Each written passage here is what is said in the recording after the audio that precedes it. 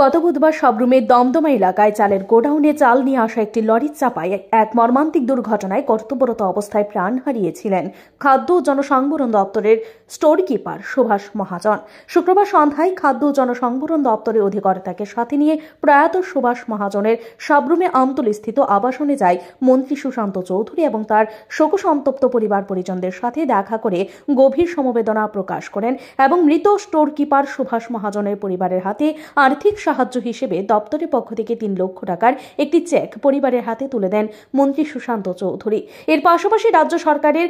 Die in harness স্কিমে সুভাষ মহাজনের পরিবারের একজন সদস্যকে অতি দ্রুত সরকারি চাকরি প্রদানের আশ্বাস দেন মন্ত্রী সুশান্ত চৌধুরী। এবং মন্ত্রী সুশান্ত চৌধুরী সাবরুমের প্রাক্তন বিধায়ক শঙ্কর রায় এবং সাবরুমের মহকুমা শাসককে দায়িত্ব দিয়ে যান যাতে করে আগামী দিনে তাদের পরিবারের যে কোনো সমস্যায় সমাধানে মৃত সুভাষ মহাজনের পরিবারের পাশে থাকার জন্য। এবং এর সাথে সাবরুম মহকুমা শাসক অফিসের পক্ষ থেকে কিছু নগদ আর্থিক সাহায্য করা হয় সুভাষ মহাজনের পরিবারকে।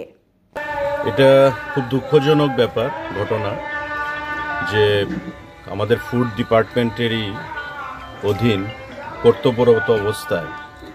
স্টোর কিপার সুভাষ মহাজন গত পরশুদিন সেখানে একটা দুর্ঘটনার শিকার হয় এবং তার মৃত্যু ঘটে। আমরা শুনতে পারি এবং তৎক্ষণাৎ এখানে ডাইরেক্টর ফুডও আছেন, ডাইরেক্টর, এডিশনাল ডাইরেক্টর, আমরা সহ বসে আমরা সিদ্ধান্ত করি যে যেহেতু কর্তব্যরত অবস্থায় তার মৃত্যু ঘটেছে, আমরা দপ্তর তার পাশে রয়েছি এবং তার পরিবার পরিজন যাতে আগামী দিনে অন্ধকারের মধ্যে পড়তে না হয় সেটা আমরা লক্ষ্য রাখবো, সেই ব্যবস্থা আমরা গ্রহণ করব। এবং আজকে আমরা দপ্তরের ডাইরেক্টর, এডিশনাল ডাইরেক্টর সহ এখানে এসডিএম সাবরুম, আমাদের প্রাক্তন বিধায়ক শঙ্করবাবু, এখানে শান্তিপ্রিয় ভৌমিক, তাপসবাবু, এরা প্রত্যেকে আমরা এখানে আছি এবং দপ্তরের তরফ থেকে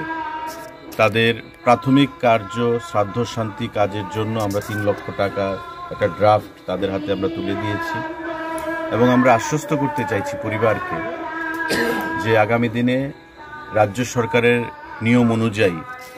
যে ডাইং হার্নেস, সেই ডাইং হার্নেসের মধ্য দিয়ে আমরা এই পরিবারের একজনকে চাকরি প্রদান করব সরকারিভাবে। Bureau report FM 24।